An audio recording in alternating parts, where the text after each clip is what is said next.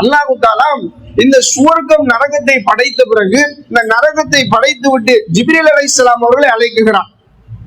அழைத்து சொல்லுகிறான், யா ஜிப்ரீல் இதஹப் ஃபன்துர் இலைஹா, நான் பாவிகளுக்காக தயார் செய்து வைத்திருக்கக்கூடிய இந்த நரகத்தை போய் நீங்க பார்த்து விட்டு வாருங்க. நான் நரகத்தை தயார் செய்து வைத்திருக்கிறேன்.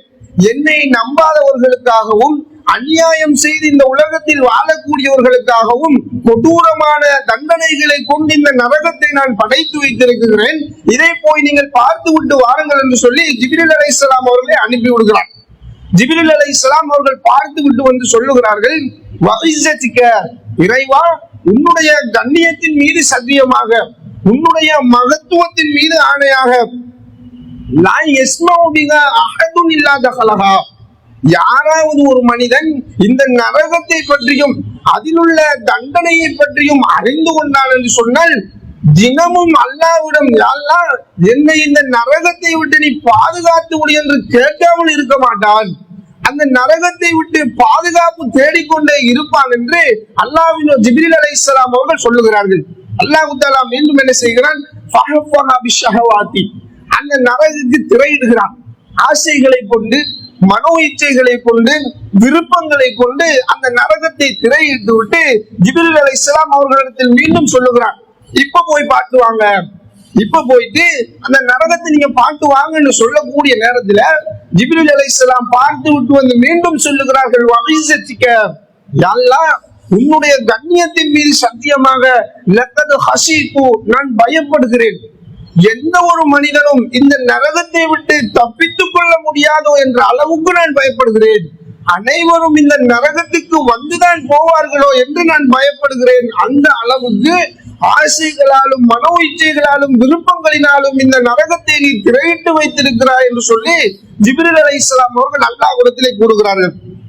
அன்புக்குரிய அல்லாஹ்வினுடைய நல்லடியார்களே, இன்றைய உலகத்தை நாங்கள் எடுத்து பார்க்கின்ற பொழுது, நாங்கள் வாழக்கூடிய இந்த பிரதேசத்தை எடுத்து பார்க்கின்ற பொழுது, அல்லாஹ்வும் அவனது தூதரும் இந்த பாவத்தின் பக்கம் நீங்கள் நெருங்கி விடவே வேண்டாம் என்று அதிபயங்கரமாக எச்சரித்த பாவங்கள் எல்லாம் சர்வ சாதாரணமாக மக்கள் மன்றத்தில் அரங்கேறிக் கொண்டிருப்பதை நாங்கள் பார்க்கலாம். காரணம் என்ன? ஒரு மனிதன் பாவம் செய்கின்ற பொழுது, இந்த பாவத்தை நான் செய்து விட்டால் அல்லாஹ் தஆலா என்னை இப்படி எல்லாம் தண்டிப்பான் என்ற ஒரு அச்ச உணர்வு வந்து விட்டது என்று சொன்னால் அந்த பாவத்தை விட்டு மனிதன் ஓடி விடுவான். அந்த அச்ச உணர்வு கிடையாது.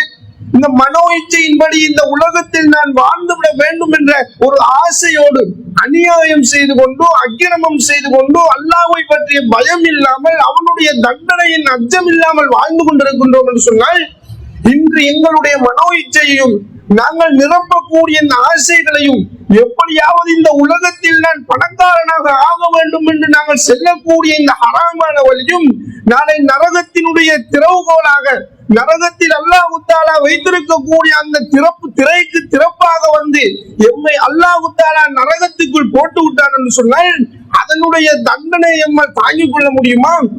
அந்த தண்டனையை பற்றி நாங்கள் அச்சப்படுகிறோமா?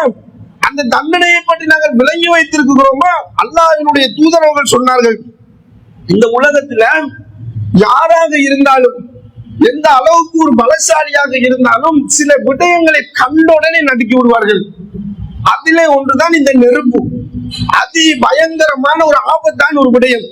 இந்த உலகத்துல நெருப்பொன்றை நாங்க மூட்டி விட்டு அதுக்கு அருகில போயிட்டு நிற்போமா? எங்களுடைய பிள்ளைகளை அதை நெருங்க விடுவோமா? இந்த நெருப்பு என்று சொன்னாலே நாங்கள் தள்ளித்தான் நிற்போம். எங்களுடைய பிள்ளைகளையும் குடும்பத்தார்களையும் அதை விட்டு நாங்கள் பாதுகாத்துக் கொள்வோம். நெருப்பு என்று சொன்னாலே ஒரு பயத்தை நாங்கள் உணர்கிறோம். அல்லாஹ்வினுடைய தூதரவர்கள் சொன்னார்கள், நானுக்கும் ஜுஸூம் மின் 70 ஜுஸாம் மினன் நாரி ஜஹன்னம். நீங்கள் இந்த உலகத்தில் பத்த வைக்கக்கூடிய, நீங்கள் இந்த உலகத்தில் மூட்டக்கூடிய, நீங்கள் இந்த உலகத்தில் பாவிக்கக்கூடிய நெருப்பு இருக்குகிறது, அந்த நெருப்பை விட அல்லாஹ் தஆலா நரகத்தில் வைத்திருக்கக்கூடிய நெருப்பு என்பது 69 மடங்கு மேன்மையானது. யோசிச்சு பாருங்க, தாங்கிக் கொள்ள முடியுமா? இந்த உலகத்தில் ஆசைகளோடும் மனோ இச்சையோடும் வாழ்ந்துவிட்டு நாளை நானும் நீங்களும் அந்த நரக நெருப்புக்கு சொந்தக்காரர்களாக மாறிவிட்டோம் என்று சொன்னால், இந்த உலக நெருப்பை விட நாங்கள் பாவிக்கக்கூடிய, பார்க்கக்கூடிய இந்த நெருப்பை விட 69 மடங்கு அதிகமாக எரியக்கூடிய அந்த நெருப்பை எங்களால் தாங்கிக் கொள்ள முடியுமா?